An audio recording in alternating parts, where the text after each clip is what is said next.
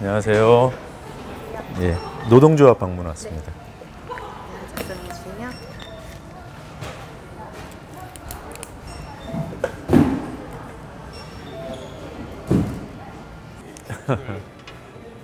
앞으로 다니게 되셨나요? 2009년도에 배석규라는 분이 사장 직무대행이 됐어요. 그때 이제 해직자들을 노조와 분리시키려고 그때부터 이제 회사 출입을 용역을 동원해서 차단합니다. 그리고 출입을 하려면 출입증을 받아라. 입으로는 저희들의 복직을 원한다고 얘기하는 사람들이 경영권을 장악한 뒤에도 여전히 출입증을 발급받아야 되는 겁니다.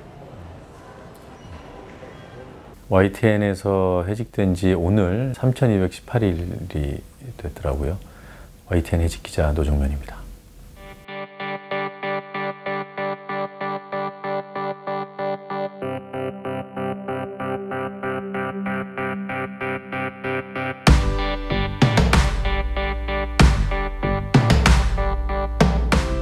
사장후보 추천위원회, 그냥 사추위원이라고 할게요. 네. 사추위원은 이사회로부터 독립된 자율적인 별도의 기구여야 해요. 이사회는 뭐 여러 가지 경영진을 낙점할 권한을 갖고 있지만 사추위를 별도로 두는 것은 후보자의 능력과 자질만 평가를 하겠다, 공정하게. 그런 취지로 공모가 진행이 됐고 심사가 이제 서류 심사, 면접 이렇게 진행이 됐죠. 사추위원들 가운데 세 분이 대주주를 대표하는 분들이에요. 그 세 분이 일괄적으로 저에게 0점을 줘서 탈락을 했고, 그러니까 외부에서 볼 때도 특정 후보에게 단 1점도 안 주는 그런 상황이 잘 이해가 안 되잖아요. 그럼 무리수를 왜 뒀을까? 제가 1점이라도 받으면, 그 세 분으로부터 1점이라도 받으면 선발이 되는 상황이었거든요. 그건 좀 더 복잡한 설명이 필요한데 사원 대표도 네. 사추위에 들어가고 네, 시청자 대표도 들어갑니다. 그 두 분은 제게 만점을 주셨어요. 그래서 나머지 세 분으로부터 1점만 받으면 제가 올라가게 돼 있는데 약속이라도 한 듯 다 0점을 주셨더라고요. 네. 저는 저를 배제할 때 누구를 뽑으려는 절차를 진행하는 게 아니라 이번 공모를 접겠다는 의지가 있을 거라고 봤어요. 누구를 선발하기 위해서 심사하고 그분에게 이제 좋은 평가를 주는 방향으로 심사가 진행될 텐데 거꾸로 특정인을 배제하는 방향으로 심사가 진행됐거든요. 점수 주는 게.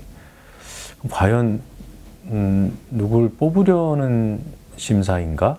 그런 공모인가라는 의구심을 갖게 됐고 접을 수도 있겠다는 판단이 그 결과 통보받는 순간에 들었어요. 물론 재공모는 해야 되는 것이 맞는 상황입니다. 왜냐하면 공모가 심각하게 훼손됐기 때문에 원인무효라고 판단하고요. 공식적으로는 적격자가 없어서 재공모를 한다지만 저는 원인무효여서 재공모를 해야 된다는 입장이에요. 일단 공모가 처음부터 공정하게 진행될 거라고 판단이 됐으면 제가 사장에 입후보하지 않았을 겁니다.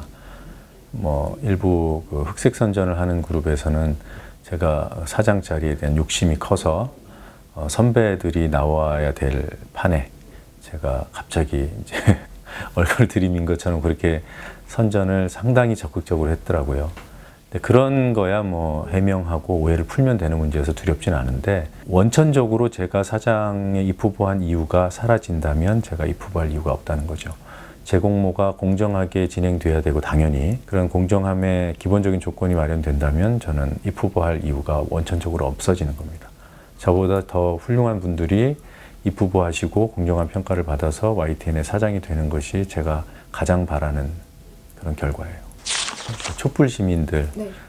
또 언론이 망가져 있을 때 언론이 되살아나야 된다고 지지해 주셨던 그 운동을 지지해 주셨던 분들을 조금도 배신할 마음이 없어요. 만약에 제가 그 입후보 다시 하는 것이 그분들의 마음을 기대에 부응하는 유일한 길이라면 왜 응모를 안 하겠습니까? 다른 길을 찾을 나름대로의 자신이 있어요, 지금. 차기 YTN 사장을 선임하는 이 과정은 저나 뭐 특정인들의 생각으로 되는 건 아니잖아요. 작게는 YTN 구성원들, 크게는 YTN 시청자, 더 크게는 우리 시민사회에서 지지할 수 있는 사람을 찾아내서 그분이 중책을 맡을 수 있는 상황을 만들어내는 것.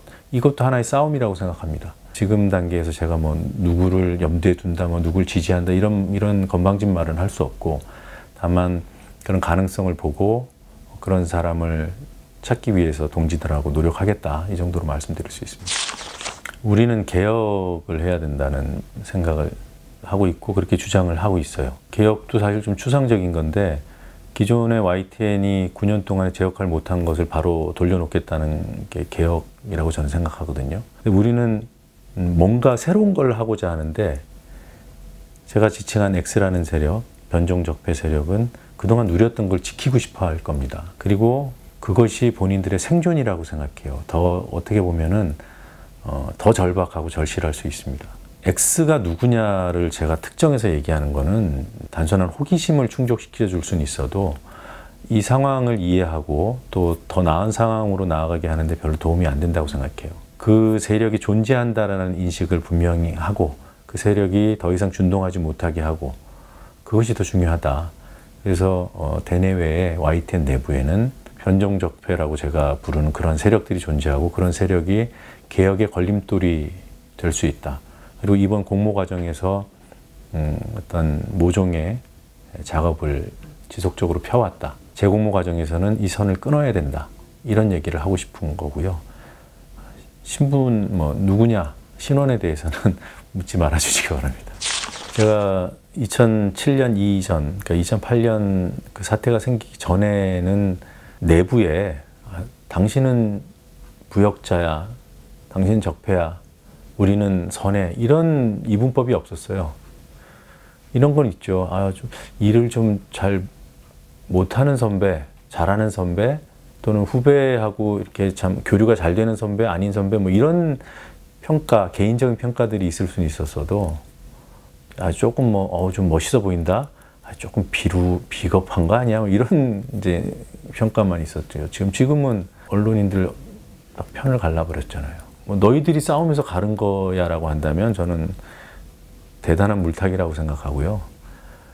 정권이 장악하려고 했고 저항하는 과정에서 본 모습들이 드러난 것 같아요.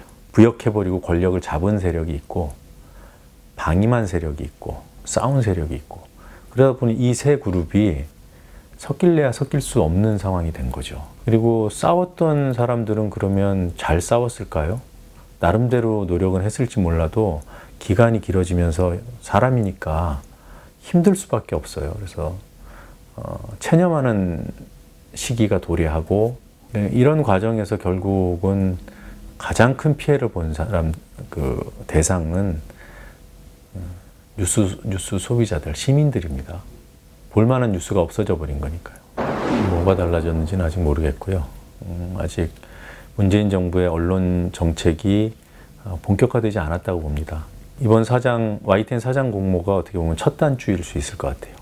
참 YTN이라는 조직이, 그러니까 공기업이 사실상 소유하고 있는 준공영 언론사, 공영 언론사죠.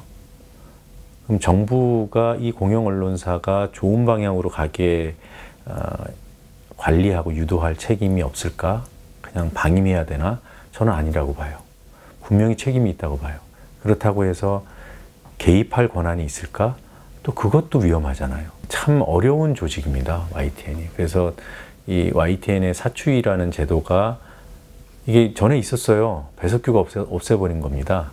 이게 8년 만에 부활한 이유도 공기관처럼, 그러니까 이사회, 그러니까 주인과, 그러니까 주식을 보유하고 있는 세력과 별개의 평가 조직이 사장 후보를 객관적으로 평가하고 이 결과를 존중하는 문화를 만들어내자. 그러면 이 사추위만 잘 구성해 놓으면 사실 되는 건데, 근데 이 사추위가 구적폐, 뭐 변증적폐, 하여튼 뭔가 언론 개혁에 방해하려는 세력이 입김을 내뿜을 수 있는 상황이라면 여기에 대한 방패 마개가 저는 되어줘야 된다고 생각합니다.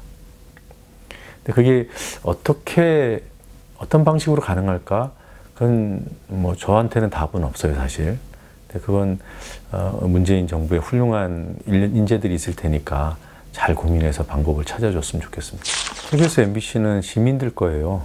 시민들이 시청료 내고 세금 내기 때문에 운영되는 거거든요. 내 거를 누가 뺏어갔는데 왜 안 뺏어옵니까? 내 집인데 남들이 들어와서 살면 소송을 해서라도 쫓아내야 되죠. 지금 당장 쓸모가 없다? 그래도 소유권을 놓으면 안 돼요. 언젠가 고쳐서 쓸 수 있으니까. 그건 아주 대단한, 아주 크고 의미 있는 무기입니다. 시민사회의 무기예요. 그 제도를 만들기 위해서 얼마나 많은 피를 흘렸는데 그거를 그동안 역할을 못했다고 버리나요? 그건 아니라고 생각합니다. 내 편이 많으면 많을수록 좋잖아요. 과거 한나라당 정권이, 지금 자유한국당의 전신인 한나라당 정권이 자기 편에 날개 달아주기 위해서 만들었다는 게 종편이에요. 그 사람들은 그렇게 생각하는데 왜 시민들께서는 자꾸 버리려고 하실까요? 대부분이 그렇게 생각하시지는 않을 것 같고요. 내 거 찾기 운동이라고 이해해 주셨으면 좋겠습니다. 저는 뭐 가장 중요한 것은 규정이라고 봐요.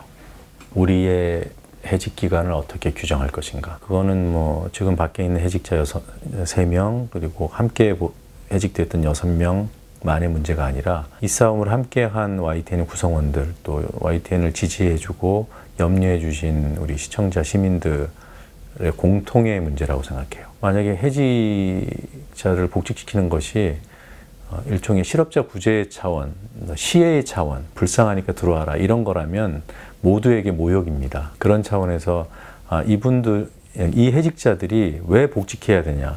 당당한 투쟁을 했기 때문에, 정당한 투쟁을 했기 때문에 원래 자리로 되돌려 보내야 한다라는 그런 규정이 이루어질 때 우리도 명예로워지는 거고 저희를 지지해 주셨던 시민들도 명예로워진다고 생각합니다.